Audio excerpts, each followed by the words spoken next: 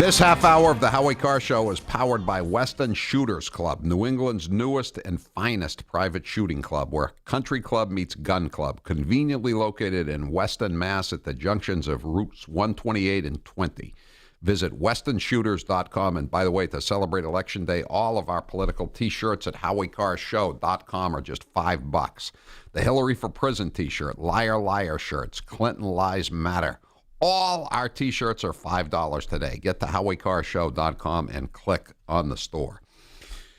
Joining us now on the line is Ann Coulter, and she's the author of In Trump We Trust. And how you feeling today, Ann? You happy or sad, or you nervous or what? No idea. We'll see. No idea. I mean, don't you want to give some hope to our listeners, some hope and change? Well, we'll know in a few hours. It's like demanding that I tell you what the temperature is going to be on November 30th. It looks. I'm looking at Drudge right now. Hillary plus PA, Trump plus Arizona, Georgia, Iowa, North Carolina, Ohio. That's pretty good. That's pretty good run. And then it's very tight in Colorado, Florida, Michigan, and Nevada. I mean, I hope so. I'm sorry, I'm not watching the media today. Just vote, vote, vote. I'm voting and praying. Really? Then you don't know the news about Lindsey Graham, then, Ann. I'm going to give you a big scoop here. You know, Has he been out? Oh, good. Sorry. Go ahead. He just tweeted out that he voted for Evan McMuffin today. I saw the strangest tweet. I have been doing a little bit of tweeting. Eric Trump, or Donald Trump Jr., tweeted out a photo of him voting for Trump, and I guess I didn't look at the picture, but I guess you could see that he voted for Trump. And some snippy school marm or school marmish person, I'm not actually denouncing teachers here, tweeted out and said, whichever it was, Eric Trump admits to committing a crime. Is it a crime to take a picture of your absentee ballot? How can that possibly be? I mean, you don't have to. We have a secret ballot, but you're allowed to tell people how you vote. What? Who would make that a crime? I know, Ann. You know, I mentioned this earlier today. We were all in Manchester last night for Donald Trump's rally. You know, after the show, we broadcast the show from our studio, our affiliate, WFEA, and then went over. And, you know, when he announced that Bill Belichick was voting for him, the coach of the New England Patriots, you know, my first thought, and I think I'm not alone in this, my first thought was not, that's great that Belichick is endorsing him.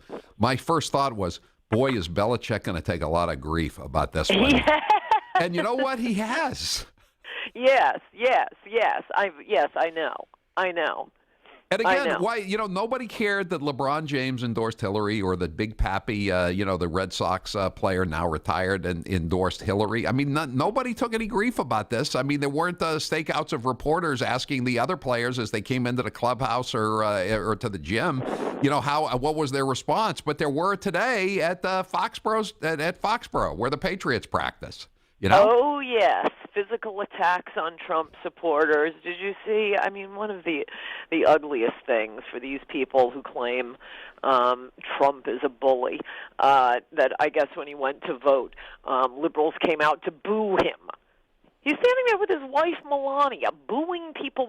Liberals are just mean people. Yeah, you should see these. Yeah, you should see the. Check the. I know you want to. Seriously, it's just pause for a moment. Can you imagine doing that? Booing a candidate, booing anyone coming out, anyone actually, I was going to say coming out to vote, standing in a crowd. Oh, they are such, it is all in my book, demonic, about groupthink and mobs. They are always evil. Why would you do? I mean, I know Lindsey Graham is insane. You know, we all know that. But why would you? I mean, you're in the U.S. Senate. You know, you were one of the people who supposedly managed the trial of William Jefferson Clinton when he was, up on these high crimes and misdemeanor charges in the Senate. Why would you go to the polls today and vote for somebody who doesn't have a chance of taking Utah, let alone any other state in the union? What message also, are you delivering there? He ran for president of the Republicans, so he was yet another Republican who took a pledge to support the nominee, though he didn't make it to that first stage.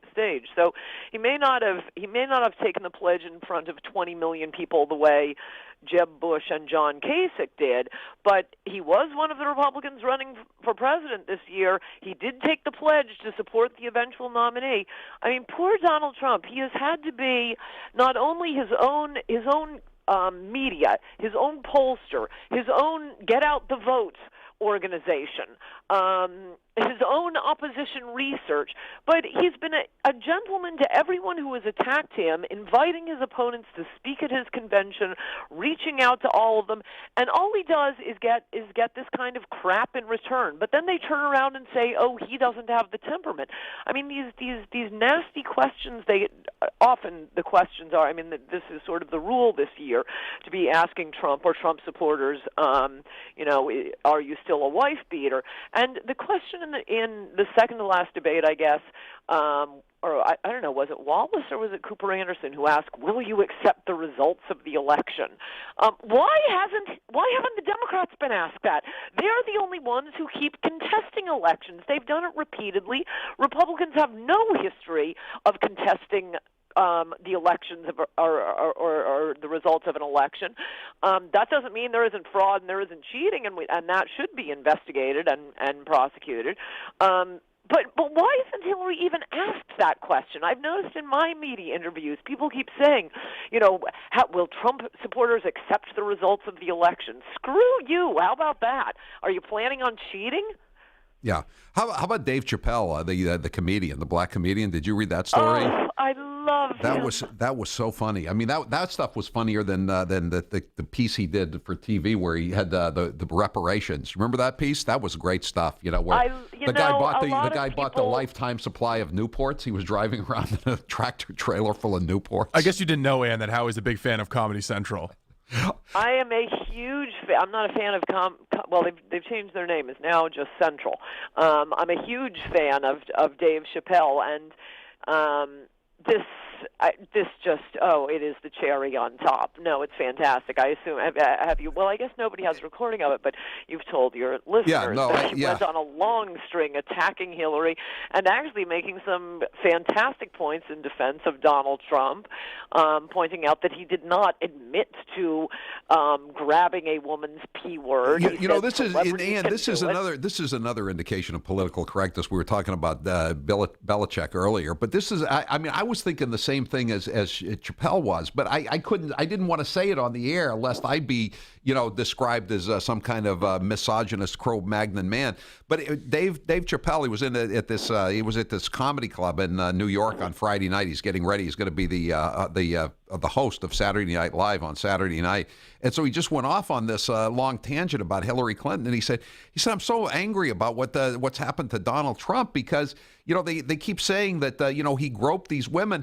He said, when you're a big celebrity, they let you grab them. If they let you grab them, then it's not sexual harassment and it's not groping. And, I hate to say it, Ann, I could, as a white male, I couldn't say something like that. I'd be the world's worst human being if I said that. But once he said it, I thought to myself, now I can quote somebody else as saying it. Yes, you can always quote Dave Chappelle. He's magnificent. Yeah. And then he also said something's not right with that woman, and we all know it. Yes. Yes, that much is very clear. Yeah. And someday she's going to be on a coin, and she's not coin worthy. I mean, the whole thing was great, and I think he admitted saying that he voted before he came to New York. He voted for her and as an absentee ballot, but he still felt really badly from what I gathered from reading the story about voting for her. We should know. Yes, I guess that's how he escapes the treatment Bill Belichick is getting. And then the other thing, and they all pretend like they didn't know that Brady was for Trump. He put the "Make America Great" hat in his locker last spring, And Right. it wasn't like it was not out there in the public prints and in social media and everywhere else. But all these Clinton people, they seem to have a short-term and mid-term memory loss. They're stunned to find out that the quarterback is again sort of re-endorsing somebody who he endorsed last spring. Yeah, well, I think Belichick can take it. Yeah, no, I think he can too. He's manly enough to resist these liberals. Yeah, 413 says, Howie, my daughter was selected. That's 413's Western Mass. That's the Hukilau where we were at. My daughter was selected for an exit poll, and the reporter got pissy when she said she voted Trump. That's the thing about these exit polls, Ann. I think the exit polls are going pretty well, knowing the kind of people. I mean, I've seen people out conducting these exit polls. They're mainly like, they look like the people who were just appointed the new deputy publisher of the New York Times, if you know what I mean. They all look like pajama boys from Brooklyn. Well, you'll remember in 2004, all day, this was back when Fox News was for the Republican candidate, long faces on Fox, really happy, jubilant faces on MSNBC and CNN, and everybody. And actually, I think Drudge went ahead and printed the exit poll results. And by 3 p.m. election day, they were saying it was a total, overwhelming landslide for John Kerry. Everyone was depressed. And then the results actually started to come in. There was some really conservative state they were claiming Kerry had won. I forget what it was, but it was something like it wasn't Mississippi, but it was close to that. It was going to be a total blowout according to the exit poll. So this is why I'm not watching any of this until, I don't know, 8 or 9 p.m. I remember that night in 2004, and I was on the air, of course, as always. And you know Steve Lynch, the congressman. They're saying that he may be the Secretary of Labor if Hillary wins, but he's sort of he made an announcement. He was reading these, getting all these stories out, and my news break at 6 o'clock or 6:30 that night in Boston. They had the lead. You know what the lead was, Ann? What? They said, Steve Lynch, congressman from South Boston, has announced that he will be holding a press conference on Saturday at the International Brotherhood of Electrical Workers Hall in Dorchester to announce that he's a candidate for the Senate seat being vacated by President-elect John Kerry. I mean, that's how I almost fell off the chair. I needed an oxygen mask before I could get back on the air. Right. And they were treating it like it was a fait accompli. Going so far, I wouldn't really trust anything the media says. All we can do is vote and wait for the final election results to come in. All right. What is? Have you talked to your boy Drudge about this today? What does he think? About the same as all of us. We're waiting to see. Yeah. All right. Well, listen, if you get any new info from Drudge or from Mickey Kaus or anybody else, call it in. And I didn't see you and you didn't see me. We'll just pass it on, Okay, good. All right. Thanks, Ann. I appreciate it. Happy Election Day, Howie. Bye-bye. Happy Election Day to you, too. 1-844-500-4242. I'm Howie Carr. There's only one Howie Carr.